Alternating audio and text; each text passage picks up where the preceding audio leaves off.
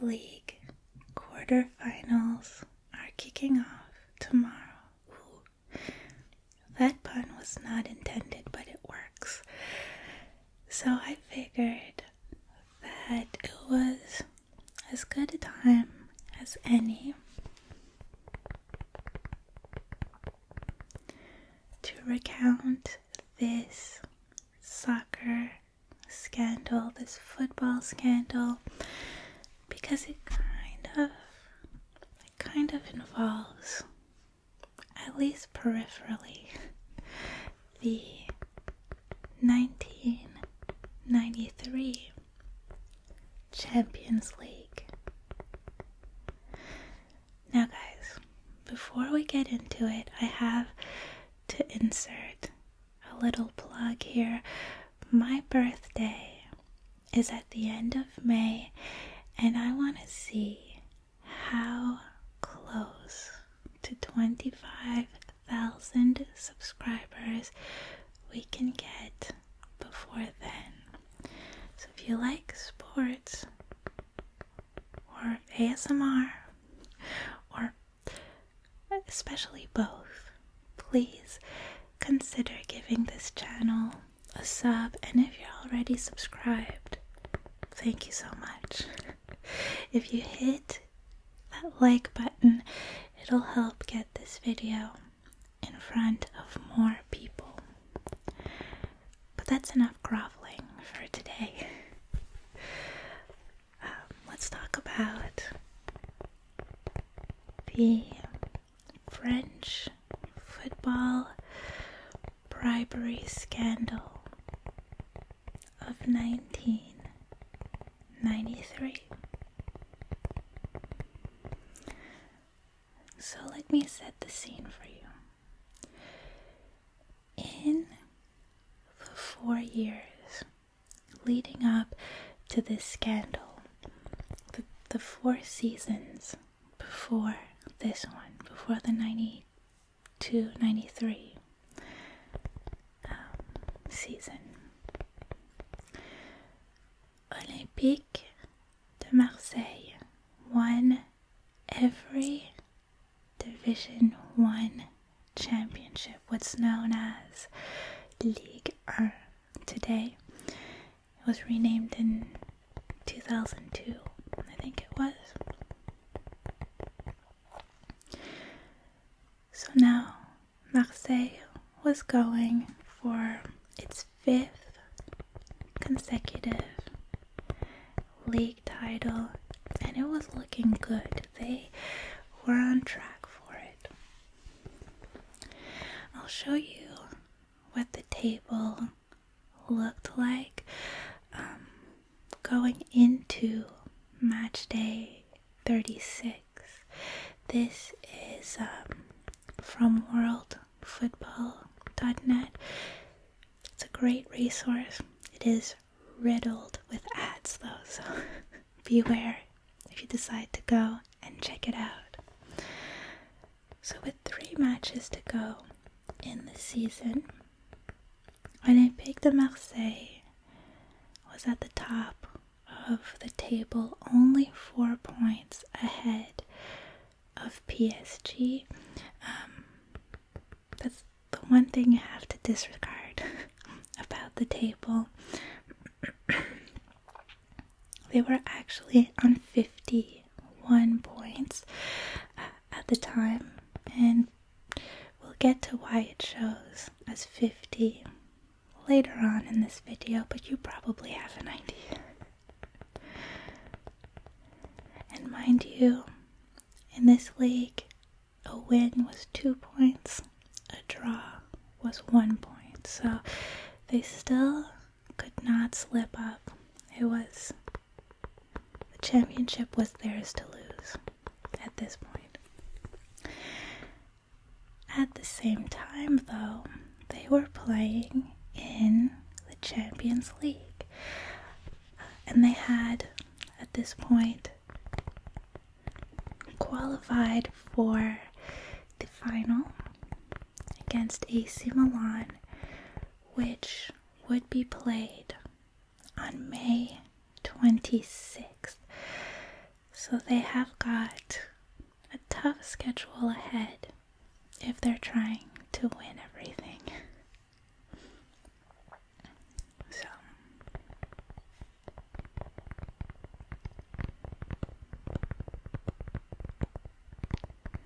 the story goes, the day before match day 36 in the league, so Marseille are due to play against Valenciennes on May 20th, and then the Champions League final on May 26th. So May 19th, the president of Olympique Marseille, Bernard Tapie, and I think I'll put up on screen some of the names of the big players and sort of which team they were on and what their role was, because I'm gonna throw a lot of like French names at you. But the president of Olympique Marseille, Bernard Tapie, he goes up to one of his players, Jean-Jacques Idélie, and he says, "Hey, you've played with some of the guys who are on Valenciennes.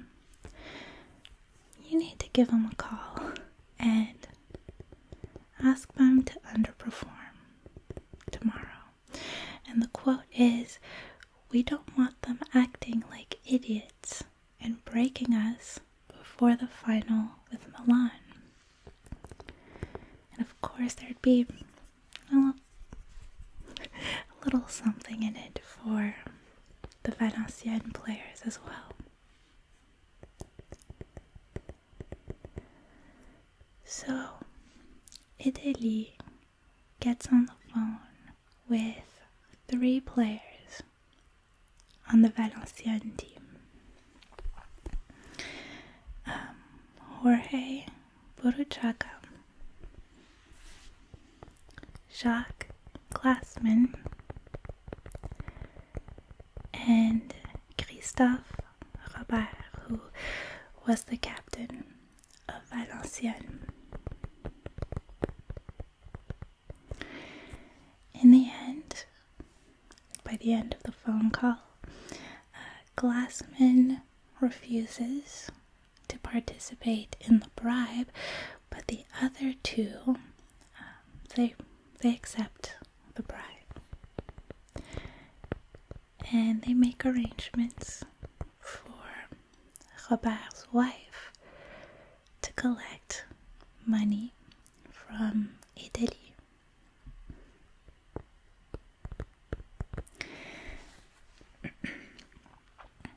Now the next day, on the day of the match,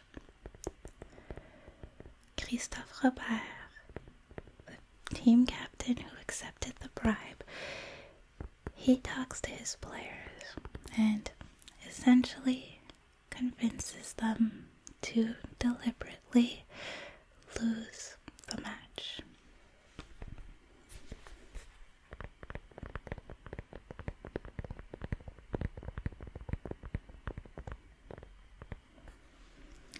So the kickoff rolls around.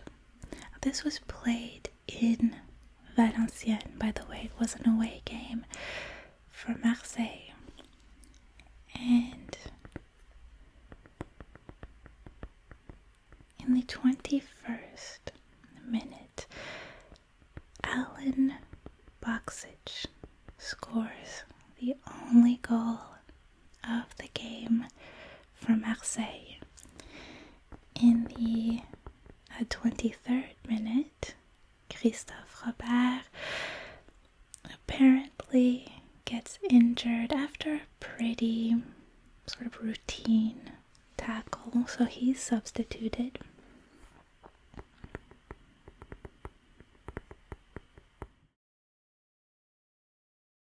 And in retrospect, Jean-Marie Vignel, who was refereeing the match, he said that the game was unusual because, well, for one, Buruchaga did not dispute any refereeing decisions, which he was known to do. He was a little bit fiery. And Vignal also said that Glassman spent the match running like he was trying to prove a point. Now, obviously, I think that second part about Glassman has a bit of confirmation bias.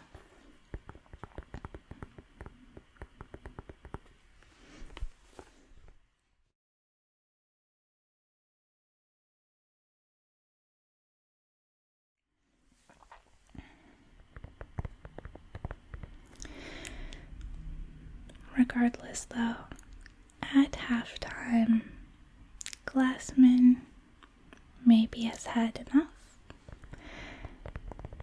and he tells the Valenciennes manager, Boro Primerac, about the bribe, about the phone call. And then during the second half, Glassman decides to tell Vignal, the referee, about the bribe. Apparently, though, he did not name any of the players involved. And all this really is verified because Vignal spoke to the linesman about it, and Marseille's captain, Didier Deschamps, and he also wrote about it in his post-match report.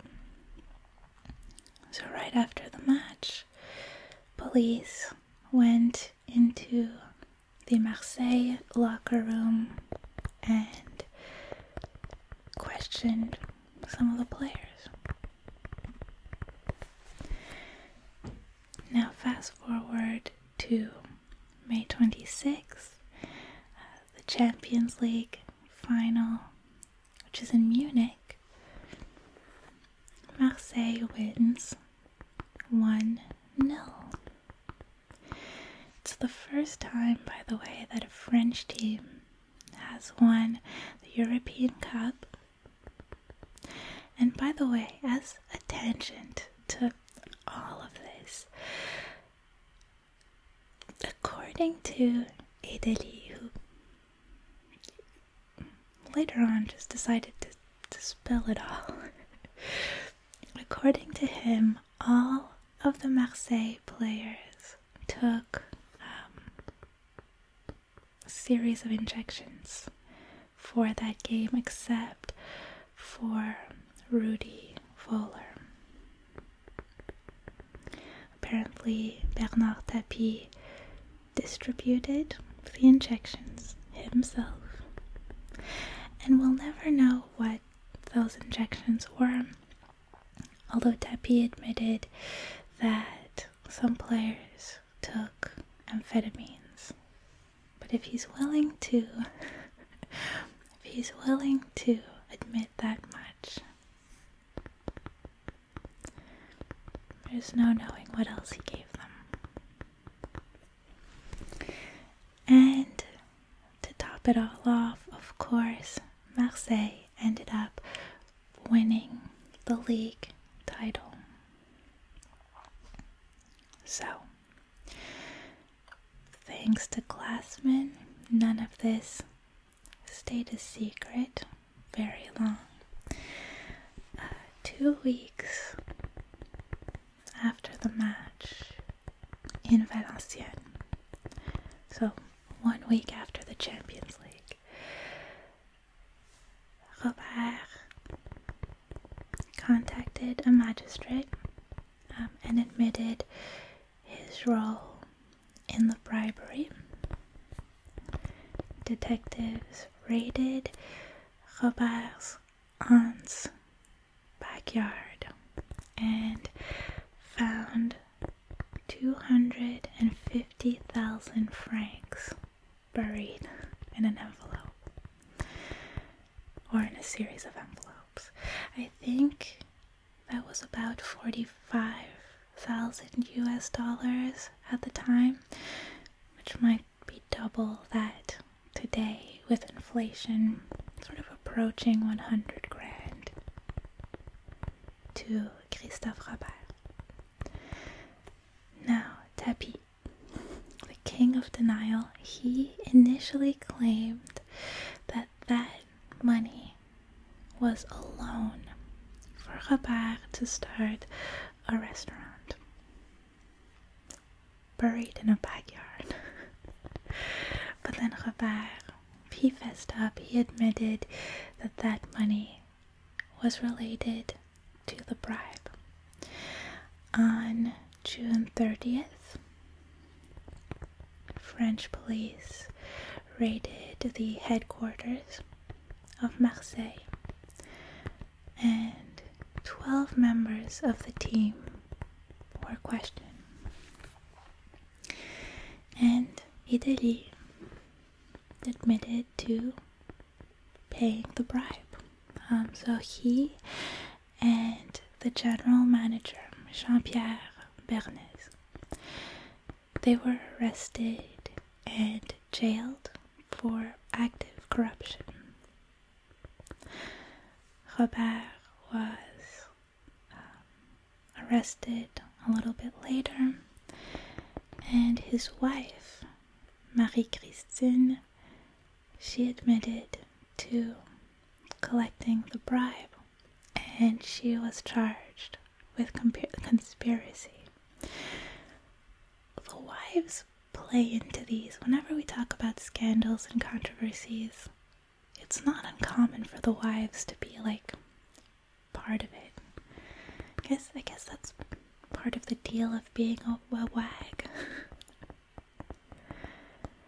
Now, in September, the French Football Federation, they removed Marseille's Ligue title. Remember I said that the Ligue table, when we were looking at it earlier, should have said 51 points rather than 50 for Marseille.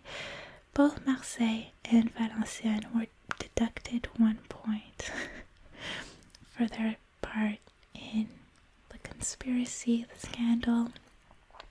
But in the end, the federation removed Marseille's title. They also suspended Idélie, Robert, and Buruchaga. And UEFA, they banned Marseille from competing in the following year's Champions League, so the 93-94 Champions League.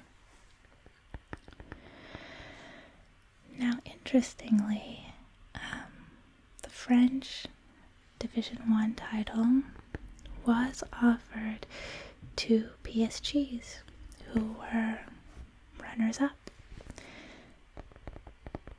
but they actually refused it. So to this day, no team is classed as having won the 1992-1993 French Division 1 title.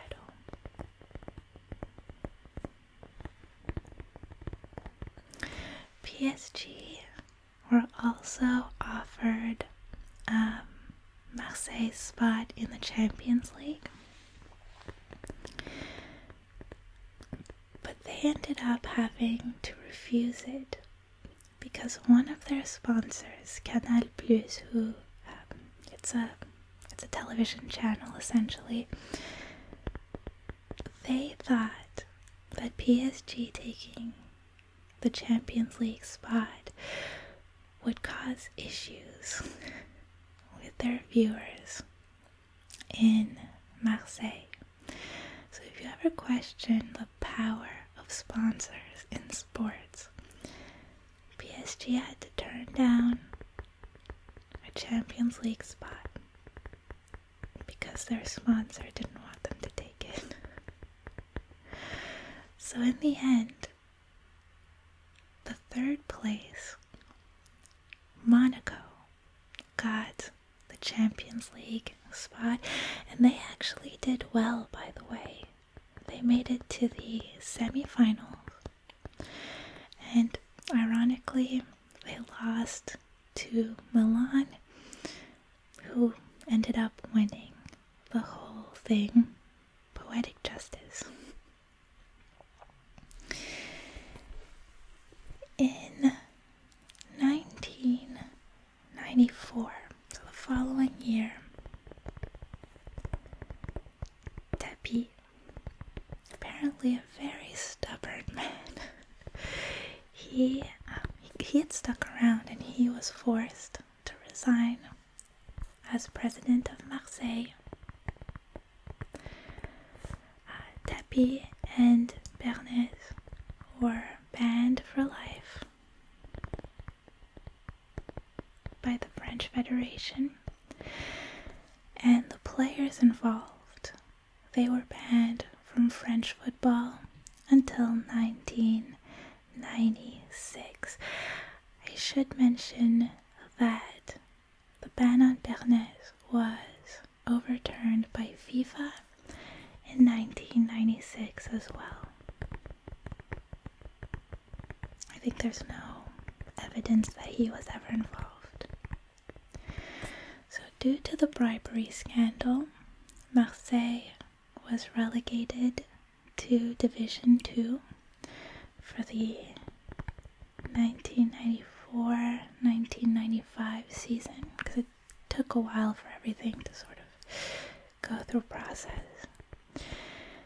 And then in 1995, the club filed for bankruptcy, and they were forced to spend the second season in Division 2. They returned to Division 1 for the 1996-1997 season, where they've been ever since. Is that like 25 years? More, almost 30. Glassman, can't forget about Glassman. He ended up being awarded the FIFA Fair Play Award for refusing to take the bribe, and probably for snitching as well. So a trial for the bribery finally took place in Valenciennes in March 1995.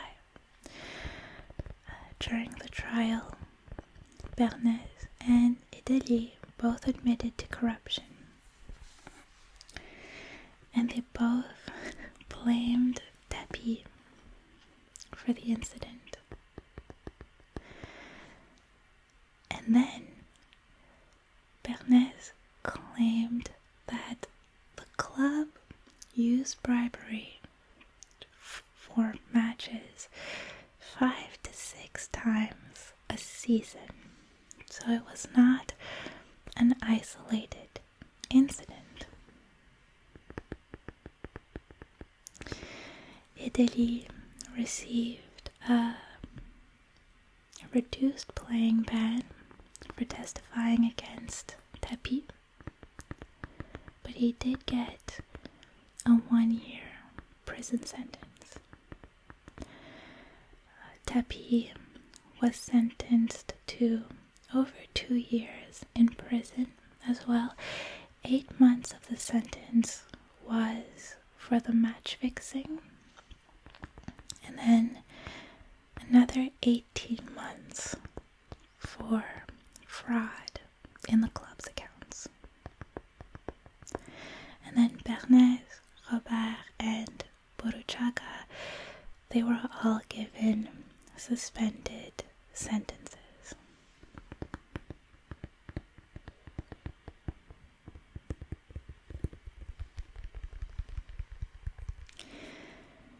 So, over the years,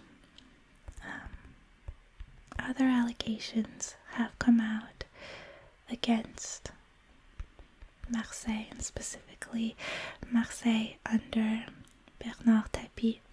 For example, in 2010, Walter Smith said that in 1993 he had a conversation with the head coach of CSKA Moscow, Gennady Kostelev,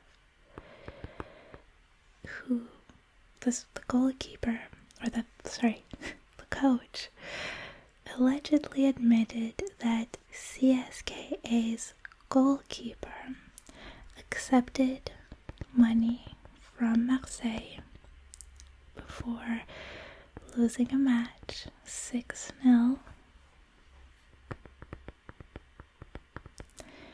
And in 2021,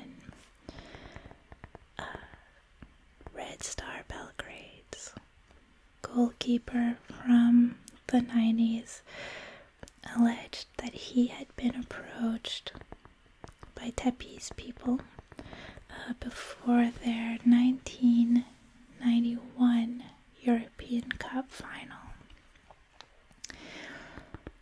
And he claimed that he was offered cash, again to lose the match, and that when he refused the bribe, they threatened him. Essentially, they were saying, look, Marseille is the better team anyway, and we're gonna win anyway. But then, if we win without you taking the bribe, we will put it out there that Red Star lost because you took a bribe. Which, I don't know how that would have helped Marseille, because wouldn't their win have been nullified anyway if they were admitting or putting it out there, encouraging an investigation into them bribing Belgrade? But in any case, it's not super surprising or extravagant of an allegation. Because during the trial in Valenciennes, we did learn that Marseille were repeat offenders, that they would frequently, often enough that we can call it frequently, bribe other teams. Like they were, or I should say Tapie was a habitual briber. Almost made it inside of 30 minutes, but I had to check back in, restart the camera, just to wrap things up. Did I make a weird noise just then? Starting to lose my voice. I'm making weird sounds, so it's a good time to say goodbye. But that was the story of the Olympique de Marseille bribery scandals. Oddly, it feels good to be back talking about controversy. It feels like it's been too long. Thank you so much for hanging out with me. I'll see you very soon in the next video.